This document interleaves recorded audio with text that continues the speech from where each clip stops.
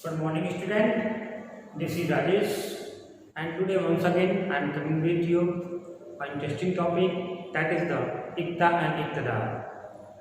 Dear student, in my last video we discussed the role of SLAB in administration. हम पिछले video में ये देख रहे थे कि किस तरीके से सन के अपेक्षा जो दिल्ली सुल्तान थे उन्होंने किस तरीके से ज़्यादा जो है रिकमेंड किया या उनको प्रेस किया स्लैब को, जो कि गवर्नर बनाते हैं, और एडमिनिस्ट्रेशन में क्यों बनाते हैं, क्योंकि ये ज़्यादा रिलायबल होते हैं। ये सब सारी चीज़ें हम डिस्कस कर चुके हैं। कि बताने का रीजन है कि बस आप वहाँ से इस वीडियो को समझने का प्रयास करें कि यहाँ तक हमने फिनिश किया था। From today we start the इक्ता एंड इक्तिदार। इक्ता और इक्तिदार क्या है, ये दोनों चीजें जानना जरूरी है। तो एक एग्जांपल के थ्रू हम लेते हैं कि जैसे दिल्ली सल्तनत एक्सपेंड हो रही थी, बड़ा हो रहा था, जो गैरिसन टाउन्स थे उन दो गैरिसन टाउन के बीच के जो हिंटरलैंड्स थे, जैसे जैसे दिल्ली सुल्तान इनको ऑक्यूपाइड कर रहे थे, अपने कंट्रोल में ले रहे थे, तो इनका एक्सपेंशन अब बहुत ज़्यादा तेजी से फैलने लगा था। अब ये बड़ा आसान तो था नहीं कि इन सारे, अब सुल्तान तो एक ही होगा, पावरफुल एक ही होगा, चलो ठीक है मैनेज करा आपने एडमिनिस्ट्रेशन को, वो स्लैब को अलग अलग टेरिटरी का गवर्नर अपॉइंट कर देता है जो उसके फेथफुल होते हैं। साथ ही इतना बड़ा जो एरिया है उसको एक दिल्ली सुल्तान सिंपली कंट्रोल नहीं कर सकता है। तो उस हिंटरलैंड जो दो गैरिसन टाउन है या कुछ ज़्यादा गैरिसन टाउन है, उन सारे एरिया को वो कंट्रोल कर लेता है। तो उसमें वो स्मॉल टेरिटरी बनाता है, छोटी छोटी एरियाज। कुछ ऐसे समझो, यहाँ थोड़ा सा हम एक डायग्राम आपको शो कर रहे हैं कि सपोज कर लो कि ये एक गैरिसन टाउन है एक गैरिसन टाउन है बी। ओके, अब इस गैरिसन टाउन को ऑक्युपाइड कर रहा है दोनों को। ये एरिया बीच का हो गया हिंटरलैंड। अब ये हिंटरलैंड्स हो गए एरिया, तो अब यहां से या फिर यहां तक के पूरे एरिया को ये कंट्रोल अकेले तो नहीं कर सकता है, इसके लिए अपॉइंट करता है वो स्लैब को एज ए गवर्नर अपॉइंट करता है। साथ ही साथ दिल्ली सल्तनत क्या सुल्तान क्या करते हैं कि ये जो हिंटरलैंड्स हैं, अब ऐसे समझो कि जैसे एक्सपैंड हुआ और एक्सपैंड होने के बाद ये हम एक बहुत एरिया, ये सर्कल से मत समझना, सर्कल का सेंस है कि बहुत बड़ा ब्रॉड एरिया हम बात कर रहे हैं, एक ह्यूज एम्पायर की बात कर रहे हैं, एक बड़े साम्राज्य की बात कर रहे हैं। तो अब वो क्या करता है कि इन बड़े एरियाज को वो छोटे छोटे टेरिटरी में डिवाइड कर देता है। सपोज कर लो यहाँ कर दिया, यहाँ कर दिया, यहाँ कर दिया, यहाँ कर दिया, ठीक है। और इस पे कंट्रोल करने के लिए, अब ये बहुत बड़ा नहीं है, आई सर्कल की तरह नहीं है, ये बहुत बड़ा हो सकता है। छोटे का सेंस है आप एक डिस्ट्रिक्ट मान सकते हो, है ना, या आप ग्रुप ऑफ विलेजेस कर सकते हो। तो उसको वो कर देता है अपनी टेरिटरीज में, और इसी टेरिटरीज को नाम देता है इक्ता। इसी को क्या कहते हैं, इक्ता। एक इक्ता ये हो गया, एक इक्ता ये हो गया, एक इक्ता ये हो गया, ये सभी इक्ता होता है, वो इनको नाम देता है इक्ता। इसी को हम इक्ता कहते हैं। अब जब इक्ता करता है तो पूरे एम्पायर को इसी इक्ता में डिवाइड कर रहा है, ठीक है, चाहे वो स्लैब हो या फिर मिलिट्री कमांडर्स हो, इसी को हम देखेंगे।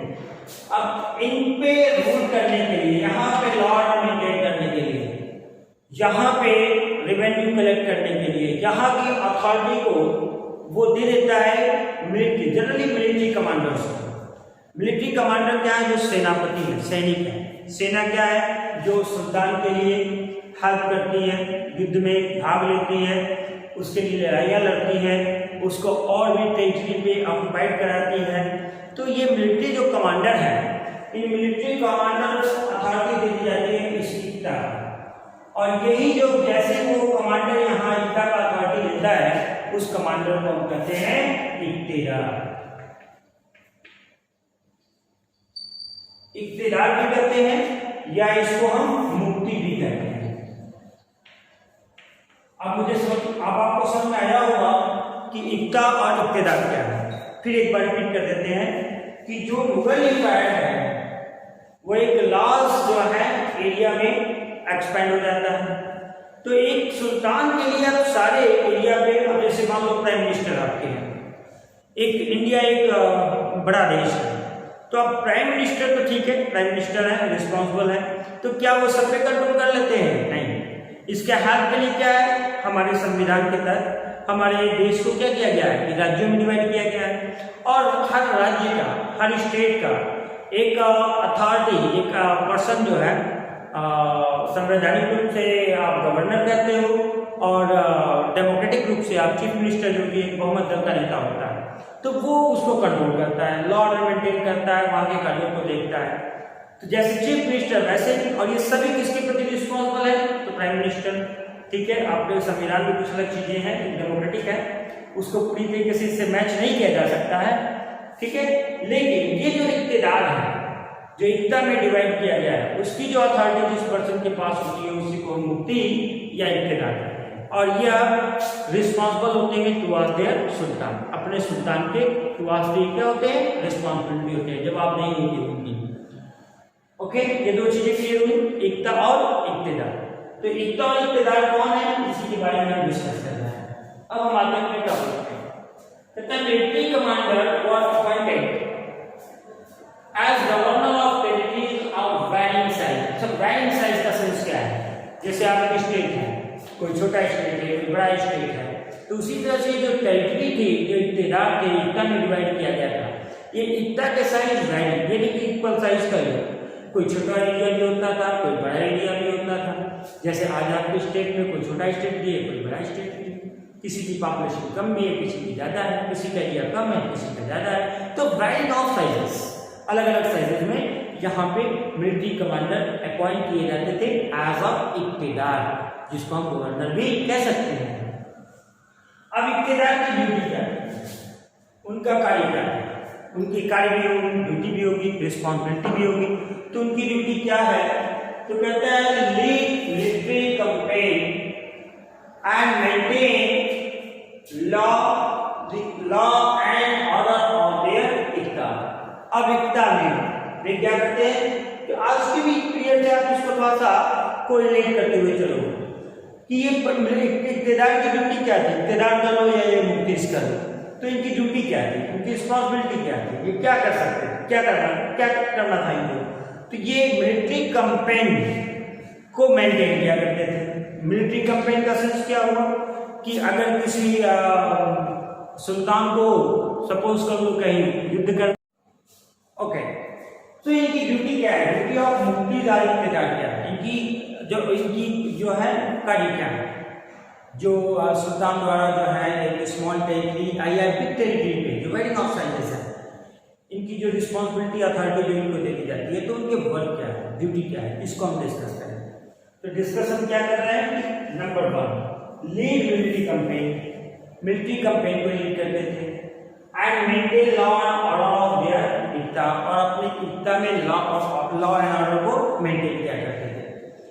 अब लीड ऑफ मिलिट्री कैंपेन का क्या सेंस है कि जैसे सुल्तान ने, जिसे रूलर कह सकते हो, वो अपने पूरे एम्पायर को इक्ताज में डिवाइड किया है, और इक्ते का इक्तेदार है जो मिलिट्री कमांडर है, जो गवर्नर है।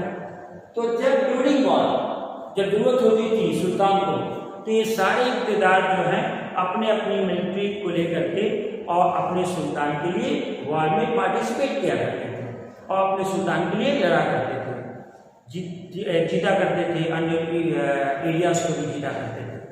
साथ ही साथ अपने वो टेरिटरी में, अपने वो इक्ता में लॉ एंड ऑर्डर को भी मेंटेन करता था।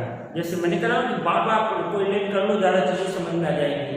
जैसे स्टेट में है या डिस्ट्रिक्ट में ही ले लो कि डिस्ट्रिक्ट मजिस्ट्रेट है, वो क्या करेगा? लॉ एंड ऑर्डर को मेंटेन करेगा कि कोई क्राइम होगा, रिस्पॉन्सिबल है वो रिस्पॉन्सिबल है स्टेट गवर्नमेंट के प्रति, सेंट्रल गवर्नमेंट के प्रति। तो ऐसे ही ये इक्तेदार भी क्या करते थे कि लॉ एंड ऑर्डर को मेंटेन किया करते थे अपने इक्ता में।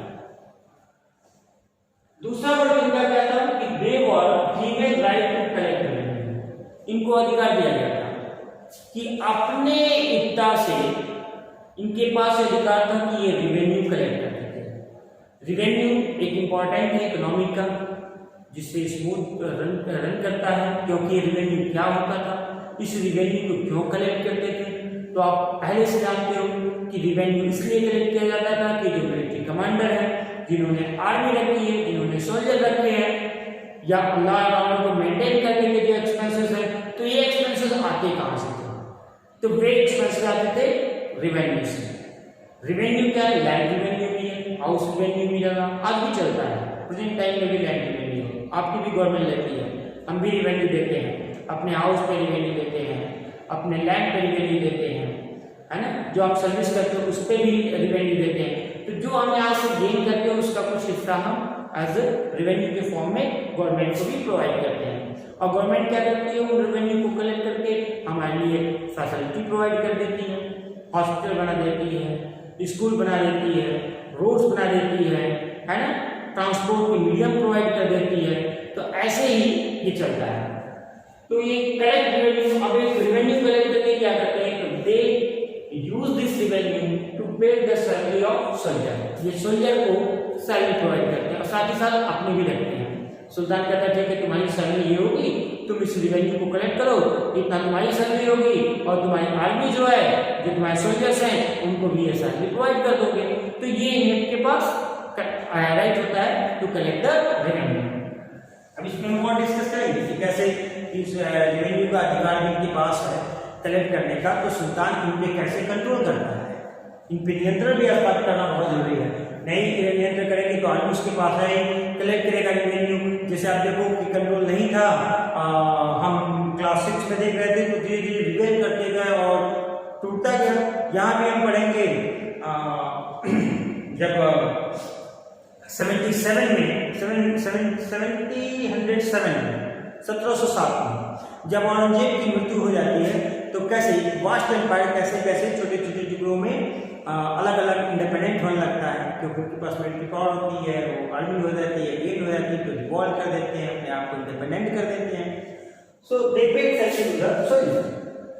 कंट्रोल ओवर मच, देखो यहाँ नेक्स्ट पॉइंट हम देख रहे हैं, कंट्रोल ओवर मुफ्ती इख्तियार was very much required, बहुत आवश्यक था कि ऐसे रिवेल ना हो, ऐसे रिवॉल्ट ना हो जो आप कह सकते हो, और वे अपने आप को इंडिपेंडेंट न कर लें। ऐसा तो नहीं है कि वो नंबर ऑफ सोल्जर बहुत ज़्यादा रख लें, अपनी ग्रैंड आर्मी क्रिएट कर लें, रेवेन्यू को ज़्यादा अपने पास ही रख लें, अपनी इकोनॉमी को इंक्रीज कर लें, और फिर क्या करें कि सुल्तान के अगेंस्ट ही वॉर कर लें। तो it is very essential to control over the इक्तिदार एंड मुफ्ती, इक्तिदार का हो या मुफ्ती को, इन पे बहुत इंपॉर्टेंट था कि इन पे क्या करना, कंट्रोल स्थापित करना है ना। आज हम पे कौन कंट्रोल स्थापित कर रहा है, हमारे जनप्रतिनिधि हैं, प्राइम मिनिस्टर हैं, प्रेसिडेंट है, या ब्यूरोक्रेसी है, ऑफिसर्स हैं, तो उनके पास तो भी राइट है ना, राइट है उनके पास, हमारे डिस्ट्रिक्ट मजिस्ट्रेट उनके पास राइट है, चाहे किसी को भी वो अरेस्ट कर दे, किसी की भी संपत्ति को ले ले, लेकिन नहीं, उन पे भी एक कंट्रोल है। तो उन पे कंट्रोल कौन कर रहा है, तो उन पे कंट्रोल कर रहा है हमारा कॉन्स्टिट्यूशन, लेकिन ये तो डेमोक्रेटिक है नहीं, तो अभी रूलर का सुल्तान का ही इसमें कंट्रोल। सो कंट्रोल ओवर मुफ्ती इख्तियार वाज वेरी मच रिक्वायर्ड, बहुत ज़्यादा इनकी जरूरत थी। जैसा आपको वीडियो में मैं बता रहा हूँ, थोड़े इंटरप्ट हुए हैं, तो इन पे कंट्रोल क्यों, कंट्रोल इसलिए स्थापित करना है कि इनके पास सपोज करो नंबर ऑफ सोल्जर ज़्यादा कर लें, अपनी मिलिट्री को ग्रैंड मिलिट्री में चेंज कर दें, इनके पास इकोनॉमिकल ये स्ट्रांग हो जाए, फिर ये क्या करेंगे, अपने स्ट्रेंथ को बढ़ा लेंगे, फिर ये क्या करेंगे कि सुल्तान जो दावी सुल्तान है उसी के अगेंस्ट रिवॉल्ट कर सकते हैं, अपने आप को इंडिपेंडेंट कर सकते हैं, स्वयं सुल्तान बन सकते हैं। तो इन पे कंट्रोल करना बहुत जरूरी है, बहुत एसेंशियल है। आज भी देख लो, सपोज करो हमारे जनप्रतिनिधि है, चलो हमने किसी को प्राइम मिनिस्टर अपने वोटों से यहाँ पे लोगों ने बना दिया, चीफ मिनिस्टर बना दिया, या ब्यूरोक्रेसी हो गई, कोई भी हो गया, तो तो अभी उनके ऊपर कंट्रोल किसका है? हमारे कॉन्स्टिट्यूशन का है।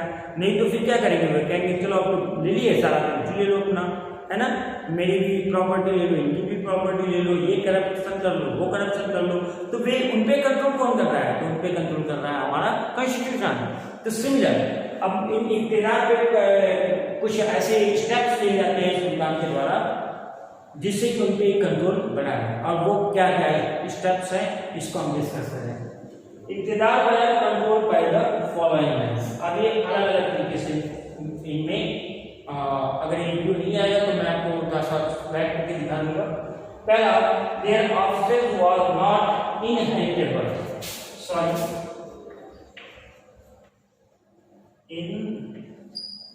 इनहेरिटेबल।